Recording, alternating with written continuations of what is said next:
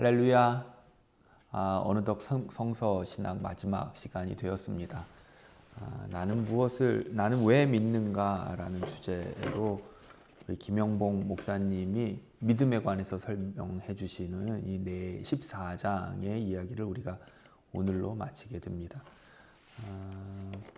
때때로는 이게 무슨 이야기인가 이해하기 어렵다는 얘기도 들었고, 아니 책보다 목사님 설명이 더 어렵다, 이거 도대체 뭘 말씀하시는 거냐, 왜 더 헷갈리게 하냐, 뭐 이런 이제 이야기도 제가 듣기도 했습니다. 그런데 어쨌든 우리는 기독교 신앙인이고 예수 그리스도를 믿는 믿음으로 우리는 구원과 영생을 누리고, 다각도의 설명과 이해는 내가 그것을 이해하든 못하든 내 신앙의 믿음의 이해도를 높이는데 크게 영향이 됩니다.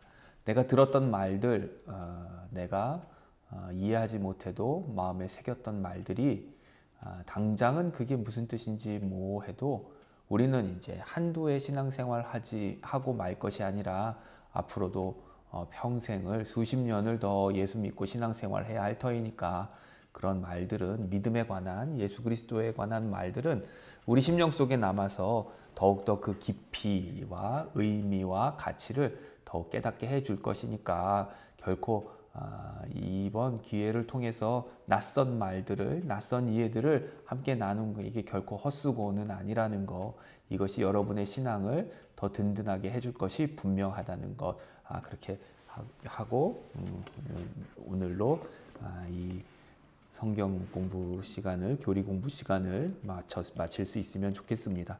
마지막 13장, 14장의 이야기는 그리스도인으로서 믿음을 가지고 살아가는 것에 관한 이야기입니다. 13장의 제목이 뒤집어 보고 거꾸로 산다, 제자의 삶, 이렇게 되어 있는데, 이렇게 좀 시적인 표현으로 제목을 잡고 있지만, 우리가 세상 사람들이 사는 가치관, 세상 풍조를 따라 살지 않고 하나님의 뜻을 따라 살아가는 그런 삶이어야 한다 하는 것을 말합니다.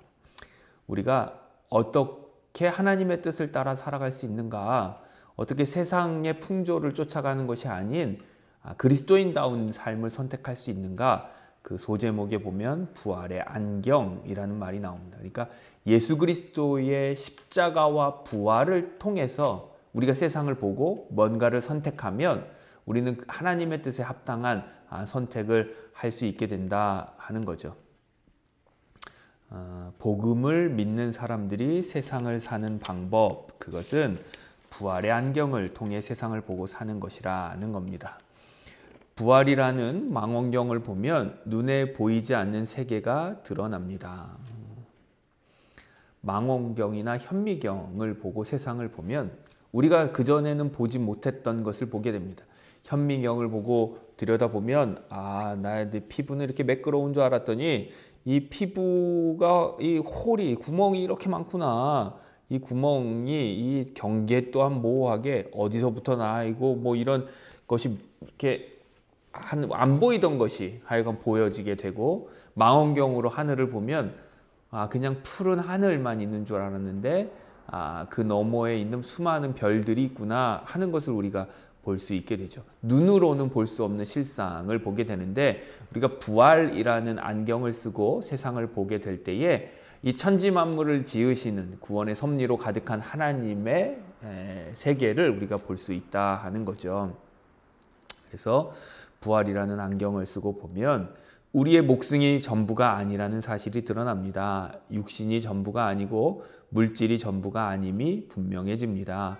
죽음이 끝이 아니라 영원한 것이 있고 영원한 세상이 있음이 드러납니다.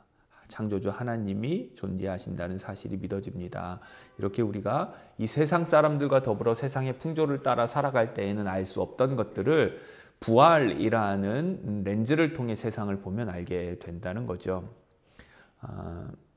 부활이라는 망원경으로 보면 272쪽 중간쯤 보면 우리 각자가 창조주에 의해서 지어진 존재라는 사실이 보입니다. 우리 각자의 삶에는 하나님의 뜻이 있습니다. 우리의 존재는 이 땅에서 몇십 년으로 끝나지 않고 죽음의 단계를 지나 다른 차원에서 계속됩니다. 우리가 내일이 있음을 압니다. 그러니까 오늘이 우리 인생의 끝이 아니라 내일이 있고 또 내년이 있음을 알아요. 물론 유한한 인생이라 언제 이 생이 마감해도 이상할 것은 없지만 그래도 어제가 있었고 그제가 있었기에 우리는 내일이 우리에게도 있음을 압니다. 내일이 있고 우리에게 미래가 있기 때문에 우리는 내일과 미래를 준비하는 그런 삶을 살아요. 학생들은 열심히 공부합니다. 또 자녀와 앞날을 위해서 또 열심히 일을 해서 돈을 벌고 저축합니다. 또 앞으로 어떤 일이 일어났을 때 그 일을 잘 대비하기 위해 보험을 들기도 합니다. 우리에게 내일이 없다면, 미래가 없다면 공부하거나 저축하거나 보험 드는 이런 일은 별로 쓸모가 없을 거예요. 하지만 우리는 열심히 공부해서 그것에 도움을 받기도 하고 또 저축해서 성실하게 저축해서 그것에 도움을 받기도 합니다. 보험을 들어서 보험에 도움을 받기도 했는데 그것은 우리의 삶이 연속성 속에 있고 오늘의 준비가 미래에 영향을 주기 때문에 그렇습니다. 이처럼 우리 인생 속에서도 오늘의 준비를 가지고 내일 또 미래를 사는데 이것은 우리 인생의 연속성 속에 있는 것을 알기 때문인데 그렇다면 우리 인생이 죽음으로 끝나지 않고 죽음 이후에 이 100년보다 더 훨씬 긴 영원이라는 시간이 우리에게 주어진다면 우리에게 주어진 이 100년도 못 되는 수십 년의 시간을 통해서 이 영원한 시간을 준비해야 하지 않겠느냐 하는 제안입니다. 우리가 부활이라는 관점에서 세상을 보면 예수 그리스도의 십자가와 부활로 이 세상을 뒤집어 보면 그러면 확연히 알 수 있게 되고 우리가 오늘을 살아가되 이 땅에서의 삶뿐 아니라 죽음 이후의 삶도 잘 준비하는 그런 삶을 오늘 우리가 선택할 수 있다 하는 말입니다. 부활을 믿으면 이렇듯 세상이 거꾸로 보입니다. 그렇기에 믿지 않는 사람들과 다른 방식으로 살아가게 됩니다. 그러니 뒤집어 보고 거꾸로 산다고 말하는 것입니다. 이렇게 사는 것을 복음적 삶의 방식이라 부릅니다. 그러니까 우리는 복음적 삶의 방식, 예수 그리스도의 십자가와 부활이라는 안경을 통해 세상을 보는, 판단하고 평가하는, 그리고 선택하는 그런 삶을 살아야 한다는 거죠. 그러면 우리는 어떻게 부활을 선택할 수 있는가? 어떻게 확신할 수 있는가? 예수 그리스도의 부활을 우리가 알았다고 칩니다. 그리고 그 내용이 뭔지도 알았다고 쳐요. 근데 그것은 영 세상 속에서 손해보는 일이에요. 내가 먹어야 내가 배부른데 그것을 가난한 사람, 더 어려운 사람들에게 나눠주라 합니다. 예수님. 그럼 나 손해보는 거 아니냐? 나는 굶어 죽는 거 아니냐? 이런 두려움이 있잖아요. 그걸 어떻게? 내가 이 땅에서 열심히 하나님 나라를 위해서 살았는데 딱 죽고 나니까 하나님 나라가 없어. 그럼 나는 세상에서 뭐 한 거냐? 허송세월한 거 아니냐? 보람도 없는 거 아니냐? 내가 절제하고 신앙을 지키려 애쓰고 하나님 앞에 바로 서려고 했던 노력들 이거 다 쓸모없는 거 아니냐? 이런 만약에 하나님 나라가 없다면 그런 확신이 들지 않는데 그럴 때 어떻게 할 수 있느냐? 작은 부활 사건으로 우리는 확실할 수 있다는 거예요. 275쪽 맨 아랫단에 보면 작은 부활의 사건이라는 말이 있습니다. 이것은 일상에서 하나님의 능력, 하나님의 부활, 영생 이것을 경험하는 삶이에요. 그러니까 큰 부활 사건이 우리 인생 속에 큰 부활 사건이라면 내가 이제 장차 죽게 되어 무덤에 눕게 되었을 때 그때 이제 하나님의 생명으로 다시 우리의 삶의 환경이 변해져 죽음 이후의 삶을 이어가는 것을 말하고 작은 부활 사건은 이 땅에서 하나님의 능력, 부활, 영생을 우리가 조금씩 맛보며 영원한 삶을 맛보며 그 능력을 경험하며 사는 것을 말합니다. 그러니까 우리가 작은 것에 경험해 보면 큰 것에도 도전할 수 있는 믿음과 용기가 생기기 때문이죠. 그럴 때에 우리는 작은 것부터 선택해 볼 수 있습니다. 제가 어렸을 때 김치와 젓갈 같은 이제 맵고 짜고 자극적인 음식을 못 먹었던 그런 때가 있습니다. 그때 저희 아버지가 하셨던 말씀이 한 개만 꼭 먹어봐라. 한 개만 먹어봐라 하는 거였어요. 그 한 개를 먹어보면 그 경험이 그 다음 2개, 3개, 4개로 이어갈 수 있는 그런 어떤 확실한 것을 확증할 수 있는 경험이 되기 때문이죠. 그냥 눈으로 보고 내 선입관에 의해서 거절하면 그것은 영 알 수 없는 것이 되지만 작은 것, 실패해도 이 정도는 감당할 수 있겠다 하는 것부터 이게 시도해보고 그것이 성공하면 우리는 더 큰 것으로 도전해 갈 수 있고 우리의 믿음과 신앙의 깊이가 점점 깊어질 수 있다는 거죠. 그럴 때에 우리는 그러면 어떻게 작은 부활의 선택하고 시도해 볼 수 있는가? 그걸 판단할 수 있는 기준이 무엇인가? 그것은 예수 그리스도의 부활의 관점에, 십자가와 부활의 관점에 있어서 선택하는 거예요. 이 세상의 풍조와 하나님의 뜻 사이에서 하나님의 뜻을 선택하고 하나님의 뜻을 알았을 때 용기 있게 그 믿음으로 선택하면 그 결과를 우리가 경험함으로써 작은 부활의 삶은 이제 점점점 큰 부활의 삶으로 나아가게 되는 거죠. 교재는 276쪽부터 그런 작은 부활에 관한 이야기를 들려주고 있습니다. 거창고등학교의 이야기와 또 그 학교 교장 선생님이셨던 전영창 선생님의 이야기를 통해서 작은 부활을 경험하는 삶이 어떤 것인가에 관해서 예를 들어주고 있습니다. 우리는 그렇게 작은 부활을 경험하는 삶이 되어야 하는데 여기에는 하나님의 뜻을 분별할 수 있는 능력과 하나님의 뜻을 선택할 수 있는 믿음의 용기가 더해질 때 우리 삶에 경험되는 것이라 할 수 있습니다. 그런데 이게 혼자서는 영 감당하기 어려울 때가 있습니다.